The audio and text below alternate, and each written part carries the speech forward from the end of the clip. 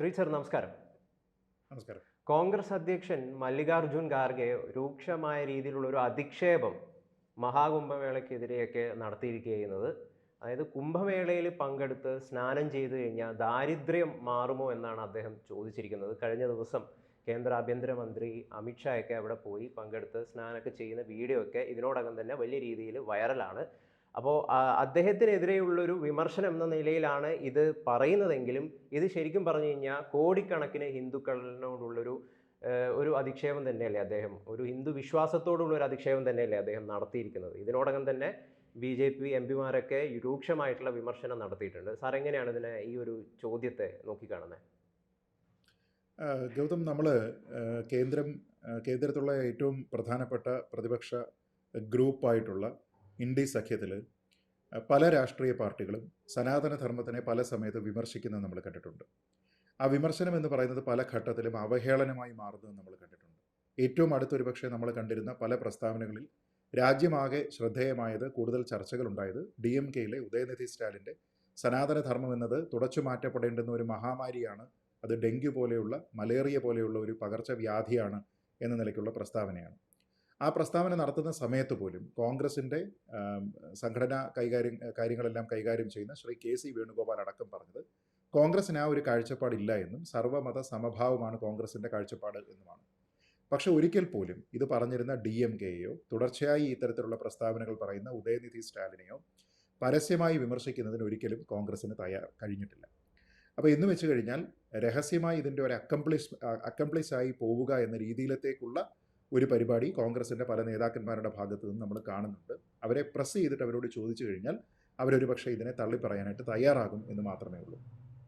അപ്പോൾ ആ ഒരു ഘട്ടത്തിലാണ് ഇവിടെ മല്ലികാർജുൻ ഖാർഗെയുടെ ഒരു പ്രസ്താവന ഉണ്ടാകുന്നത്. മല്ലികാർജുൻ ഖാർഗെ ഇവിടെ ഇഫക്റ്റീവ്ലി ചെയ്യുന്നത് അനാവശ്യമായിട്ടുള്ള ഒരു രാഷ്ട്രീയത്തിനെ മതത്തിലേക്ക് തള്ളിക്കയറ്റുന്ന പ്രവണത എന്നുള്ളതാണ്.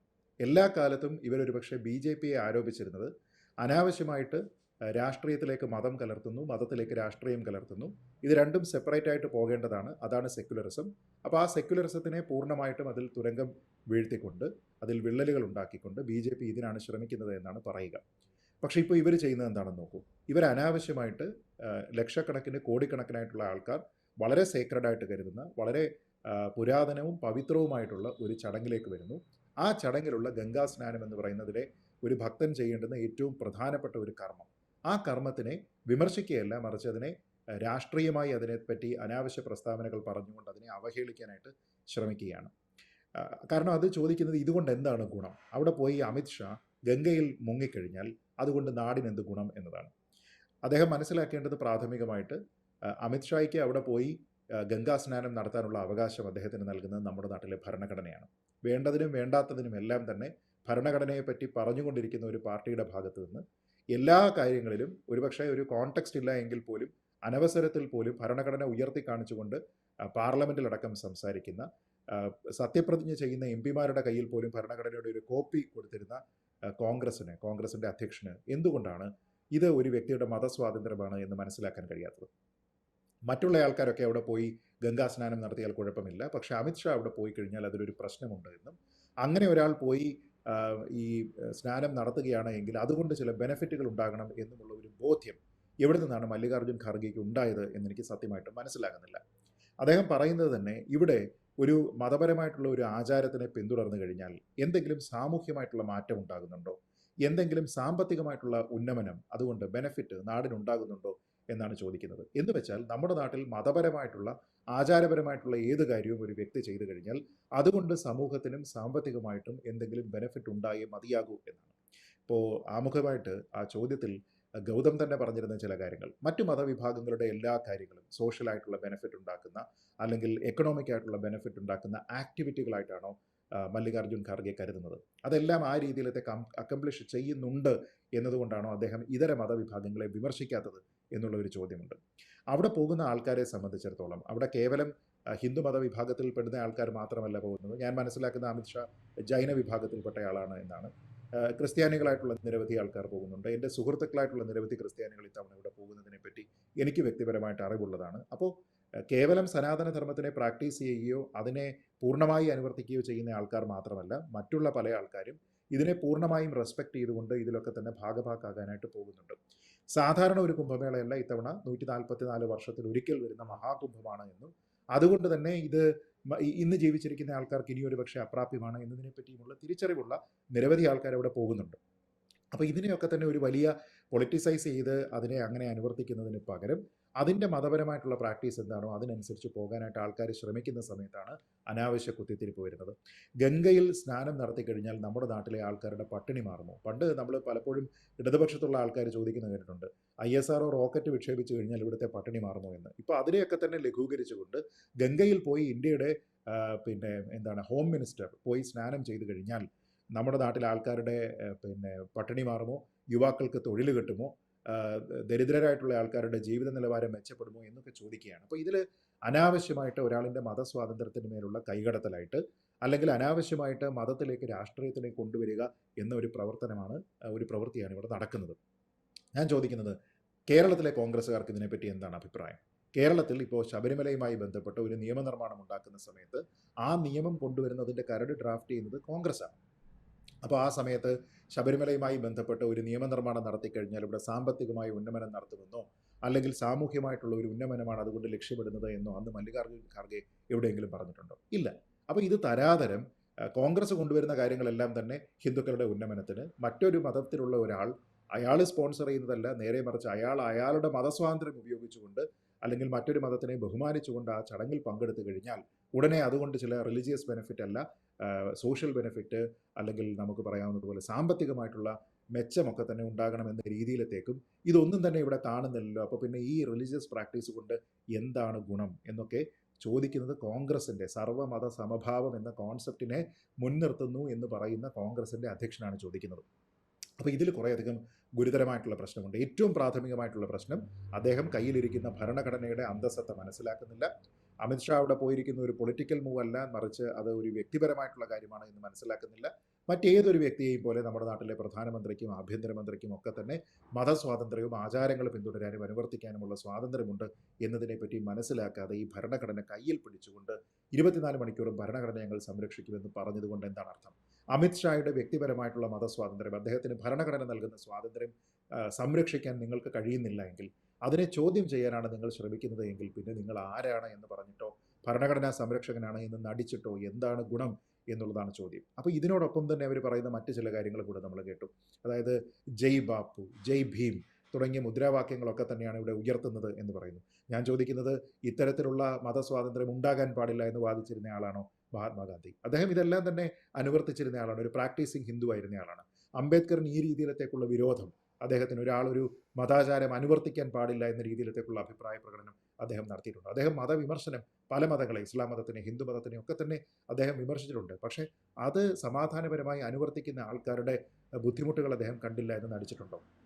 ഇങ്ങനെ ആരും ചെയ്യാൻ പാടില്ല എന്ന് പറയുന്നുണ്ടോ? നമ്മുടെ നാട്ടിൽ മലബാർ കലാപം അടക്കം നടക്കുന്ന സമയത്ത് അത് ഹിന്ദു വംശഹത്യയായിരുന്നു എന്ന് വാദിച്ചിരുന്ന ആളാണ്. അപ്പോൾ ഹിന്ദുക്കൾക്ക് ഇവിടെ ഒരു റൈറ്റ് ഉണ്ട്, പീസ്ഫുള്ളായിട്ട് കോഎക്സിസ്റ്റ് ചെയ്യാനുള്ള ഒരു റൈറ്റ് ഉണ്ട്, ആ റൈറ്റ് വയലേറ്റ് ചെയ്യപ്പെട്ടു എന്ന് അഭിപ്രായം പറയുകയും എഴുതുകയും ഒക്കെ ചെയ്തിരുന്ന ആളല്ലേ അംബേദ്കർ. അപ്പം ജയ് ഭീം എന്ന് പറയുകയും ജയ് ബാപ്പു എന്നൊക്കെ പറയുകയും ഒക്കെ ചെയ്തതിന് ശേഷം അവരെന്താണോ അനുവർത്തിച്ചിരുന്നത്, അവരെന്താണോ പറഞ്ഞിരുന്നത്, അതിലെല്ലാം തന്നെ തുള വീഴ്ത്തുന്ന രീതിയിലത്തേക്കുള്ള സ്റ്റേറ്റ്മെൻറ്റുകൾ തുടർച്ചയായിട്ട് ഇങ്ങനെ കോൺഗ്രസ് നേതൃത്വത്തിൻ്റെ ഭാഗത്തു നിന്ന് പോലും ഉണ്ടാവുക എന്ന് പറയുന്നത് അങ്ങേയറ്റം അപലപനീയമാണ്. ഇപ്പോൾ ഇതിനെ BJP MPമാരൊക്കെ തന്നെ വിമർശിച്ചു എന്ന് പറഞ്ഞപ്പോൾ BJPയുടെ തന്നെ പല ആൾക്കാരും അതിൽ പറയുന്നത് അധികാരത്തിലേക്ക് വന്നാൽ സനാതനത്തിനെ ഇല്ലാതെയാക്കും തുടങ്ങിയ പ്രസ്താവനകളൊക്കെ തന്നെ മുമ്പും ഈ ആൾക്കാരുടെയൊക്കെ ഭാഗത്തു നിന്ന് ഉണ്ടായിട്ടുണ്ട് എന്ന് പറഞ്ഞിട്ടാണ് വിമർശിക്കുന്നത്. അപ്പോൾ ഞാൻ പറഞ്ഞത്, ഇത് BJPക്കാർക്കോ RSSകാർക്കോ വേണ്ടിയിട്ടുള്ള ഒരു ചടങ്ങല്ല.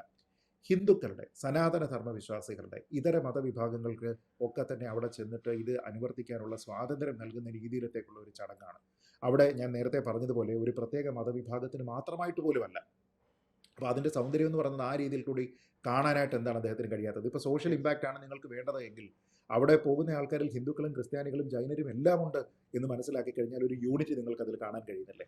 ഇനി എക്കണോമിക് ഡെവലപ്മെൻ്റ് ആണ് ഉണ്ടാകുന്നത് എങ്കിൽ നിങ്ങൾ നോക്കൂ, ഇപ്പോൾ എന്താണ് അങ്ങോട്ട് ബുക്ക് ചെയ്യാനുള്ള ട്രെയിൻ ഫെയർ, അങ്ങോട്ട് ബുക്ക് ചെയ്യാനുള്ള ഫ്ലൈറ്റിൻ്റെ ഫെയർ നോക്കൂ. ട്രെയിനിനെ വിട്ടേക്കൂ, ഫ്ലൈറ്റിൻ്റെ ഫെയർ എന്താണ്? അപ്പോൾ ഇതൊക്കെ തന്നെ എവിടെയാണ് പോവുക? ഇതൊക്കെ തന്നെ ടാക്സ് ആയിട്ടൊക്കെ തന്നെ സർക്കാരിന് തന്നെ കിട്ടുന്നുണ്ടെങ്കിൽ നിശ്ചയമായിട്ടും അതിൽ സാമ്പത്തികമായിട്ടുള്ളൊരു ഇമ്പാക്റ്റ് ഉണ്ടാകുന്നുണ്ട്. പക്ഷേ അതിന് വേണ്ടിയിട്ടൊന്നും അല്ല ഇത് നടത്തുന്നത്. ഇത് നടത്തുന്നത് ഹിന്ദുക്കളുടേതായിട്ടുള്ള ഏറ്റവും പ്രധാനപ്പെട്ട ഒരു ചടങ്ങാണ്. അത് മനസ്സിലാക്കാനായിട്ടുള്ള മിനിമം കോമൺ സെൻസ് എങ്കിലും കോൺഗ്രസിൻ്റെ നേതാക്കൾക്കെങ്കിലും ഉണ്ടാകണം. ഇപ്പോൾ DMKയുടെ പൊളിറ്റിക്കൽ ഐഡിയോളജി എന്താണെന്ന് നമുക്കറിയാം. അവർ രാജ്യത്തുള്ള എല്ലാ ആൾക്കാരുടെയും താല്പര്യം സംരക്ഷിക്കുന്നില്ല എന്ന് നമുക്കറിയാം. പക്ഷേ കോൺഗ്രസ് അങ്ങനെയല്ല. കോൺഗ്രസ് ഇവിടെയുള്ള എല്ലാ ആൾക്കാരുടെയും താല്പര്യം സംരക്ഷിക്കുന്ന ഏറ്റവും പ്രധാനപ്പെട്ട പാൻ ഇന്ത്യ പ്രസൻസ് ഉള്ള ഒരു പ്രതിപക്ഷ പാർട്ടിയാണ്. ആ പാർട്ടിയുടെ നേതാക്കൾ ഈ രീതിയിലേക്ക് സംസാരിക്കുക എന്ന് പറയുന്നത് ആ പാർട്ടിയുടെ നേതൃനിരയിലുള്ള അധപ്പതനത്തിനെയാണ് കാണിക്കുന്നത് എന്ന് മാത്രമേ പറഞ്ഞു വെക്കാനായിട്ട് നമുക്ക് കഴിയുകയുള്ളൂ. സർ, ഇതിൽ ഒരുപക്ഷെ ഈ മല്ലികാർജുൻ ഖാർഗെ തന്നെ ഇവിടെ പോയിട്ടൊരു മഹാകുംഭമേളയിൽ പോയി ത്രിവേണി സംഗമത്തിൽ ഒരു സ്നാനം നടത്തിയിട്ടാണ് ഈ ഒരു അഭിപ്രായം പറഞ്ഞിരുന്നെങ്കിൽ ഇത്രമാത്രം ഇപ്പം നിലവിൽ വരുന്ന രീതിയിലുള്ള ഒരു വിമർശനം ഒരുപക്ഷെ അദ്ദേഹത്തിന് നേരെ ഉണ്ടാവുമായിരുന്നില്ല.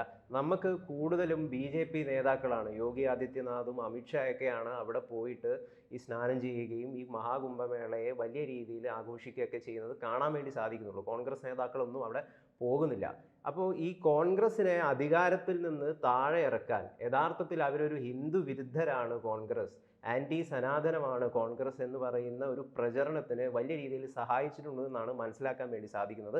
അതിന് ആ ഒരു കാര്യം ഉണ്ടായിട്ടുണ്ട്, അതൊരു വലിയൊരു സംഗതിയാണെന്ന് മനസ്സിലാക്കാതെ തന്നെയാണ് യഥാർത്ഥത്തിൽ ഇപ്പോൾ ഈ ഖാർഗെയുടെ വായിൽ നിന്ന് ഇത്തരം രീതിയിലുള്ള പരാമർശങ്ങൾ വരുന്നതിനെ നമുക്ക് അങ്ങനെ തന്നെയല്ലേ നമ്മൾ കാണേണ്ടത്. പിന്നെ ഈ BJP എംപിമാർ ചോദിക്കുന്നുണ്ട്, മറ്റേതെങ്കിലും ഒരു റിലീജിയനെ കുറിച്ച് ഇത്തരം രീതിയിലുള്ള ഒരു അഭിപ്രായം പറയാൻ വേണ്ടിയിട്ട് സോണിയാഗാന്ധിക്കോ രാഹുൽ ഗാന്ധിക്കോ ഖാർഗെക്കോ ധൈര്യം ഉണ്ടാകുമോ? അപ്പോൾ യഥാർത്ഥത്തിൽ കോൺഗ്രസ് തങ്ങൾ ഹിന്ദു വിരുദ്ധർ തന്നെയാണ് എന്ന് പറഞ്ഞു വെക്കുകയല്ലേ? അല്ല, ഇവിടുത്തെ പ്രധാനപ്പെട്ട പ്രശ്നം നോക്കൂ. ഇത് ഏതെങ്കിലും ഒരു നേതാവാണ് പറഞ്ഞിരുന്നത് എങ്കിൽ അതിനെ എതിർക്കുന്നതിന് വേണ്ടിയിട്ട് കോൺഗ്രസ്സിന് പറ്റുമായിരുന്നു. കോൺഗ്രസിൻ്റെ മറ്റു പല നേതാക്കന്മാർക്കും ആ പറഞ്ഞിരിക്കുന്ന പ്രസ്താവന തെറ്റാണ്, പാർട്ടിയുടെ നിലപാട് അതല്ല എന്ന് വേണമെങ്കിൽ പറയാമായിരുന്നു. ഇപ്പോൾ നേരത്തെ ഞാൻ പറഞ്ഞതുപോലെ KC വേണുഗോപാൽ ഏത് സമയത്താണ് അത് സർവ്വമത സമഭാവമാണ് കോൺഗ്രസിൻ്റെ പ്രിൻസിപ്പിൾ എന്ന് പറയുന്നത്? പറഞ്ഞിരിക്കുന്നത് ഒരു സഖ്യകക്ഷിയുടെ നേതാവായതുകൊണ്ടാണ്. അപ്പോൾ അതിനെ തിരുത്താനായിട്ട് സാധിക്കും. മറിച്ച് ഇവിടെ ആർക്ക് തിരുത്താനായിട്ട് സാധിക്കും? ഒരു പാർട്ടിയുടെ അധ്യക്ഷൻ പറയുന്നത് പാർട്ടിയുടെ നിലപാടാണ് എന്നാണ് നമ്മൾ മനസ്സിലാക്കുന്നത്, അല്ലേ? ഏതൊരു പാർട്ടിയുടെ ആണെങ്കിലും ആ പാർട്ടിയുടെ പ്രസിഡന്റ് പാർട്ടിയുടെ നയം അഭിപ്രായമൊക്കെ പറയുന്നതിന് വേണ്ടി ചുമതലപ്പെട്ടിരിക്കുന്നയാളാണ് എല്ലാ സമയത്തും. പ്രത്യേകിച്ച് ഒരു സമയത്ത് അദ്ദേഹത്തിന് ഇന്ന് മുതൽ ഇന്ന് വരെ, അല്ലെങ്കിൽ ഇന്ന് 12 മണി മുതൽ 1 മണി വരെ അദ്ദേഹം പറയുന്നത് പാർട്ടി നിലപാടും ബാക്കി സമയങ്ങളിലെല്ലാം അദ്ദേഹം പറയുന്നത് വ്യക്തിപരമായ നിലപാടുമാണ് എന്ന് പറയാറുണ്ട്. അപ്പോൾ വ്യക്തിപരമായിട്ടുള്ള ഒരു നിലപാട് എന്നത് ഒരു പാർട്ടിയുടെ അധ്യക്ഷനെ സംബന്ധിച്ചിടത്തോളം ഇറലവൻ്റ് ആണ്. എന്ന് വെച്ചാൽ മല്ലികാർജുൻ ഖാർഗെ പറഞ്ഞിരിക്കുന്നത് അത്രയും കോൺഗ്രസ് പാർട്ടിയുടെ നിലപാടാണ് എന്ന് മാത്രമേ നമുക്ക് മനസ്സിലാക്കാനായിട്ട് സാധിക്കുകയുള്ളൂ. അപ്പോൾ അതുകൊണ്ട് തന്നെ കോൺഗ്രസ് പാർട്ടി സനാതന വിരുദ്ധമാണോ അല്ലയോ എന്ന് ചോദിച്ചു കഴിഞ്ഞാൽ പ്രസിഡന്റിൻ്റെ വാക്കുകളാണ് എങ്കിൽ ഈ ഒരു കോണ്ടെക്സ്റ്റിൽ നിശ്ചയമായിട്ടും സനാതന ധർമ്മത്തിന് വിരുദ്ധമായിട്ടുള്ള പ്രസ്താവനയാണ് കോൺഗ്രസ് പാർട്ടിയുടെ ഭാഗത്ത് നിന്ന് വന്നിരിക്കുന്നത് എന്ന് മാത്രമേ പറയാൻ കഴിയുകയുള്ളൂ. ഒന്നാമത്തെ കാര്യം. രണ്ടാമത്തെ കാര്യം, ഇതര മതവിഭാഗത്തിലുള്ള ആൾക്കാർ അവിടെ വന്ന് അതിനെ റെസ്പെക്റ്റ് ചെയ്തിട്ട് അവിടെ പങ്കെടുക്കുന്നതോടൊപ്പം തന്നെ BJPക്കാരോ RSSകാരോ അല്ലാത്ത മറ്റ് രാഷ്ട്രീയ നേതാക്കളും അവിടെ ചെല്ലുന്നുണ്ട്. ഇപ്പോൾ ഉദാഹരണത്തിന് അഖിലേഷ് യാദവ് ദേശീയ തലത്തിൽ BJPയെ വളരെ ശക്തമായിട്ട് എതിർക്കുന്നയാളാണല്ലോ. പക്ഷെ അദ്ദേഹത്തിന് അവിടെ പോകുന്നതിനോ അദ്ദേഹത്തിന് സ്നാനം നടത്തുന്നതിനോ യാതൊരു വിധത്തിലുള്ള പ്രശ്നവുമില്ല. എന്ന് വെച്ചാൽ ഇതൊരു ഹിന്ദു പ്രാക്ടീസാണ്. ഹിന്ദുക്കൾ ഏലിയനേറ്റ് ചെയ്യപ്പെടേണ്ടുന്ന ഒരു വിഭാഗമല്ല. ഇവിടെ പീസ്ഫുള്ളി കോഎക്സിസ്റ്റ് ചെയ്യേണ്ടതാണ്. അവരുടെ അവകാശങ്ങളാണിത്. അവർക്ക് ഭരണഘടന നൽകുന്ന സ്വാതന്ത്ര്യമാണ്. അപ്പോൾ അങ്ങനെയുള്ള വലിയൊരു സ്പെക്ടക്കിൾ ഇവിടെ നടക്കുകയാണ്. അപ്പോൾ അതിലേക്ക് പങ്കെടുക്കാം. അഖിലേഷ് യാദവ് അവിടെ മുഖ്യമന്ത്രിയായിരുന്ന ആളല്ലേ. അപ്പോൾ ഒരു മുഖ്യമന്ത്രി എന്ന നിലയ്ക്ക് എന്താണ് ഒരാളിൻ്റെ ഒരു സ്റ്റേറ്റിൻ്റെ റെസ്പോൺസിബിലിറ്റി എന്നതിനെപ്പറ്റി കൃത്യമായ ധാരണ ഇവിടെ ഉണ്ടാകണം. അപ്പോൾ നമ്മൾ ഏതെങ്കിലും ഒരു പ്രത്യേക മതവിഭാഗത്തിന് വേണ്ടി മാത്രം ചെയ്യുന്ന ഒരു കാര്യമാണ്. പല മതവിഭാഗങ്ങളുമായി ബന്ധപ്പെട്ട് നിങ്ങൾക്ക് താല്പര്യമുള്ള രാഷ്ട്രീയമാണെങ്കിലും അല്ലെങ്കിലും ഇതൊക്കെ ചെയ്യാൻ ആസ് എ സ്റ്റേറ്റ് നിങ്ങൾ റെസ്പോൺസിബിളാണ്. കാരണം നിങ്ങളുടെ പൊളിറ്റിക്കൽ ഐഡിയോളജി എന്ന് പറയുന്നതിൽ ഒരുപക്ഷെ ദൈവത്തിനോ ആരാധനയ്ക്കോ ഒന്നും തന്നെ പ്രാധാന്യം ഉണ്ടാവില്ല. ഉദാഹരണത്തിന് CPM എന്ന് കരുതി അവർ അധികാരത്തിൽ വരുന്ന സമയത്ത് അവർക്ക് വോട്ട് ചെയ്തിരിക്കുന്ന ഈ മതമില്ലാത്ത ദൈവമില്ലാത്ത ആൾക്കാരുടെ താല്പര്യങ്ങൾ മാത്രമേ ഞങ്ങൾ സംരക്ഷിക്കൂ എന്നവർക്ക് പറയാൻ കഴിയുമോ? ഇല്ല. നിങ്ങളുടെ ഐഡിയോളജി ഏതായിരിക്കാം, പക്ഷേ നിങ്ങൾ അധികാരത്തിൽ വരുന്നുണ്ടെങ്കിൽ ഈ നാട്ടിലുള്ള എല്ലാ ജാതിമത വിഭാഗങ്ങളുടെ വിശ്വാസികളും അവിശ്വാസികളുമായിട്ടുള്ള ആൾക്കാരുടെ എല്ലാവരുടെയും ഭരണഘടനാപരമായിട്ടുള്ള താല്പര്യം സംരക്ഷിക്കാൻ നിങ്ങൾ പ്രതിജ്ഞാബദ്ധമാണ്. അതുകൊണ്ടാണ് നിങ്ങൾ അവിടെ വന്നതിന് ശേഷം സത്യവാചകം ചൊല്ലിക്കൊണ്ട് അധികാരമേൽക്കുന്നത്. അതുകൊണ്ട് തന്നെ ശബരിമലയിൽ അയ്യപ്പൻ കുടികൊള്ളുന്നുണ്ടോ ഇല്ലയോ എന്ന കാര്യത്തിൽ CPMനുള്ള അഭിപ്രായം എന്തു തന്നെയായാലും അവിടെ വരുന്ന ആൾക്കാരുടെ ആചാരങ്ങൾ സംരക്ഷിക്കപ്പെടുക, അവിടെയുള്ള ആൾക്കാർക്ക് ഭക്തർക്ക് വരുന്ന ആൾക്കാർക്ക് സ്വാതന്ത്ര്യം നൽകുക, അവർക്ക് ആചാരത്തിന് വേണ്ടുന്ന സൗകര്യങ്ങൾ ഒരുക്കുക, ഈ കാര്യങ്ങളെല്ലാം ചെയ്യാൻ വേണ്ടിയിട്ട് പ്രതിജ്ഞാബദ്ധമാണ് സർക്കാർ. അതുകൊണ്ടാണ് ഒരു സെമി ഓട്ടോണമസ് ബോഡിയാണ് എന്നൊക്കെ പറയുമെങ്കിലും ദേവസ്വം ബോർഡിൻ്റെ തീരുമാനങ്ങളിലെല്ലാം തന്നെ സർക്കാരിന് CPM ആയിരിക്കുമ്പോൾ പോലും അവർക്ക് അതിലേക്ക് അധികാരവും അവർക്ക് അഭിപ്രായ സ്വാതന്ത്ര്യവും എല്ലാം ഉണ്ടാകുന്നത് അതുകൊണ്ടാണ്. എന്ന് വെച്ചാൽ നിങ്ങൾ ഒരിക്കലും സ്റ്റേറ്റിന് വിരുദ്ധമായി പ്രവർത്തിക്കാൻ പാടില്ല. ആ സ്റ്റേറ്റ് എന്ന് പറയുന്നതിൽ ഇവിടെയുള്ള ജനങ്ങളുടെ താല്പര്യങ്ങൾ കൂടി സംരക്ഷിക്കുക എന്നുള്ളൊരു ഉത്തരവാദിത്വം കൂടിയുണ്ട്. അപ്പോൾ ഇവിടെ ആൻറ്റി സ്റ്റേറ്റ് സ്റ്റേറ്റ്മെൻറ്റുകൾ വരിക, ആൻറ്റി സനാതന സ്റ്റേറ്റ്മെൻറ്റുകൾ വരിക എന്നൊക്കെ പറഞ്ഞു കഴിഞ്ഞാൽ ഒരുപക്ഷെ മല്ലികാർജ്ജുൻ ഖാർഗെയെ സംബന്ധിച്ചിടത്തോളം ഇങ്ങനെയുള്ള ഉത്തരവാദിത്തമുള്ള പൊസിഷനുകളിൽ അദ്ദേഹം ഇരുന്നിട്ടില്ലാത്തത് കൊണ്ട് ഒരുപക്ഷെ ഉണ്ടാകുന്ന ന്യൂനതയായിരിക്കാം. പക്ഷേ ആ ഒരു എക്സ്ക്യൂസ് അദ്ദേഹത്തിന് കൊടുക്കാനായിട്ട് നമുക്ക് കഴിയുമോ? ഇല്ല. കാരണം അദ്ദേഹം ഇന്ത്യയിലെ ഏറ്റവും പ്രധാനപ്പെട്ട വലിയ ഒരു രാഷ്ട്രീയ കക്ഷിയുടെ അധ്യക്ഷനാണ്. ആ അധ്യക്ഷൻ പറയുന്നത് എന്തോ അതാണ് പാർട്ടിയുടെ നയം. അതുകൊണ്ട് നിലവിൽ നമ്മൾ ഈ സംസാരിക്കുന്ന സമയത്തും അതിൽ തിരുത്തലുകൾക്ക് വേണ്ടിയിട്ട് അവർ തയ്യാറായിട്ടില്ല എങ്കിൽ സനാതന ധർമ്മ വിരുദ്ധമായിട്ടുള്ള പ്രസ്താവന പാർട്ടി അധ്യക്ഷൻ്റെ എന്നല്ല, പാർട്ടിയുടെ നിലപാടായി തന്നെ പുറത്തു വന്നിരിക്കുന്നു എന്ന് വേണം മനസ്സിലാക്കാൻ. അങ്ങനെയെങ്കിൽ അവിടെ BJP നേതാക്കൾ പറഞ്ഞിരിക്കുന്ന ക്രിറ്റിസിസം എല്ലാം വാലിഡാണ്, അത് ജസ്റ്റിഫൈ ചെയ്യപ്പെടുകയാണ്. കാരണം രാഷ്ട്രീയമായിട്ട് പോലും ഒരു വിമർശനം ഈ ഒരു കോണ്ടെക്സ്റ്റിൽ പറയുന്നതിന് വേണ്ടി പോലും അമിത്ഷാ ഉപയോഗിച്ചിരിക്കുന്ന ഒരു വാചകമുണ്ട്.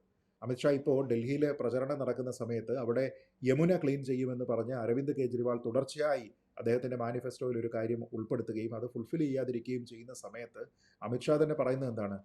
നിങ്ങൾക്ക് ഞാൻ യമുന ക്ലീൻ ചെയ്തതിന് ശേഷം അവിടെ വന്ന് സ്നാനം ചെയ്യുന്നത് കാണാനുള്ള അവസരമുണ്ട് എന്ന് താങ്കൾ തന്നെ പറഞ്ഞിരിക്കുന്ന പ്രസ്താവന എന്തുകൊണ്ട് നടപ്പാക്കുന്നില്ല? ഞങ്ങൾ ശ്രീ കെജ്രിവാൾ ഇവിടെ നോക്കിയിരിക്കുകയാണ്, താങ്കൾ എന്താണ് പുണ്യസ്നാനം എന്താണ് ചെയ്യുന്നത് എന്ന് നോക്കിയിട്ട്. ഇനി അഥവാ നിങ്ങൾ ഈ പറഞ്ഞിരിക്കുന്ന കാര്യങ്ങളുടെ നിങ്ങളുടെ തെറ്റുകളെല്ലാം നിങ്ങൾക്ക് വാഷ് ഓഫ് ചെയ്യണമെന്നുണ്ടെങ്കിൽ നിങ്ങൾ ഗംഗയിലേക്ക് പോകൂ, മഹാകുംഭിൽ പങ്കെടുക്കൂ, അവിടെ സ്നാനം ചെയ്ത് മുക്തി നേടൂ എന്നാണ് പറയുന്നത്. എന്ന് വെച്ചാൽ രാഷ്ട്രീയ കാര്യം പറയുമ്പോൾ പോലും ഒരു മതാചാരത്തിനെ വ്രണപ്പെടുത്താതിരിക്കാനുള്ള സൂക്ഷ്മത അദ്ദേഹത്തിൻ്റെ ഭാഗത്തു നിന്നുണ്ടാകുന്നുണ്ട്. ആ പ്രവൃത്തിയുടെ പുണ്യം എന്താണ് എന്നതിനെപ്പറ്റി അദ്ദേഹം എൻഡോഴ്സ് ചെയ്യുകയാണ്. അതൊരു മതവിശ്വാസം പിന്തുടരുന്ന ആളിനെ സംബന്ധിച്ചിടത്തോളമുള്ള പാരമൗണ്ട് ആയിട്ടുള്ള അയാളുടെ ഒരു അവകാശമാണ്. അതിനെ മനസ്സിലാക്കാൻ കോൺഗ്രസ് ശ്രമിക്കുന്നില്ല എങ്കിൽ എന്തൊക്കെ സർവ്വമത സമഭാവം പറഞ്ഞാലും നിങ്ങൾ ചെയ്യുന്നത് അതല്ല എന്ന് മാത്രമേ പറയാനുള്ളൂ. സോറി, നിങ്ങൾ പറയുന്ന സ്റ്റേറ്റ്മെൻറ്റുകളെല്ലാം സനാതന ധർമ്മ വിരുദ്ധമാണ്. അതുകൊണ്ട് തന്നെ DMK-യിൽ നിന്ന് നിങ്ങൾക്ക് ഏതെങ്കിലും രീതിയിലത്തേക്കുള്ള വ്യത്യസ്തത ഉണ്ട് എന്ന് മനസ്സിലാക്കാൻ നമുക്ക് സാധിക്കുന്നില്ല. എന്തായാലും സാറ് പറഞ്ഞ പോലെ ജാതി, മത, വർഗ, വർണ്ണ അങ്ങനെയുള്ള ഒരു വേലിക്കെട്ടുകളും ഇല്ലാതെയാണ് ആളുകൾ ലോകമെമ്പാടും നിന്നും ആളുകൾ ഈ മഹാകുംഭമേളയിലേക്ക് എത്തിച്ചേരുന്നത്. അപ്പോൾ അതിനെ ഇത്തരം രീതിയിലുള്ള പരാമർശങ്ങളിലൂടെ അധിക്ഷേപിക്കേണ്ടതല്ല. എന്തായാലും വളരെ അനുചിതം ആയിപ്പോയി ഈ ഖാർഗെയുടെ ഒരു പരാമർശം എന്ന് പറയുന്നത്. അതിന് കൃത്യമായിട്ടുള്ള വിമർശനങ്ങളും തന്നെയാണ് വേണ്ടത്. അപ്പോൾ എന്തായാലും ചർച്ചയിൽ പങ്കെടുത്തതിന് വളരെയധികം നന്ദി സാർ. നന്ദി ഗൗതം. കൂടുതൽ വാർത്തകളും വിശേഷങ്ങളും നിങ്ങളിലേക്ക് എത്താൻ ABC മലയാളം സബ്സ്ക്രൈബ് ചെയ്യുക, ബെൽ ബട്ടണും അമർത്തുക.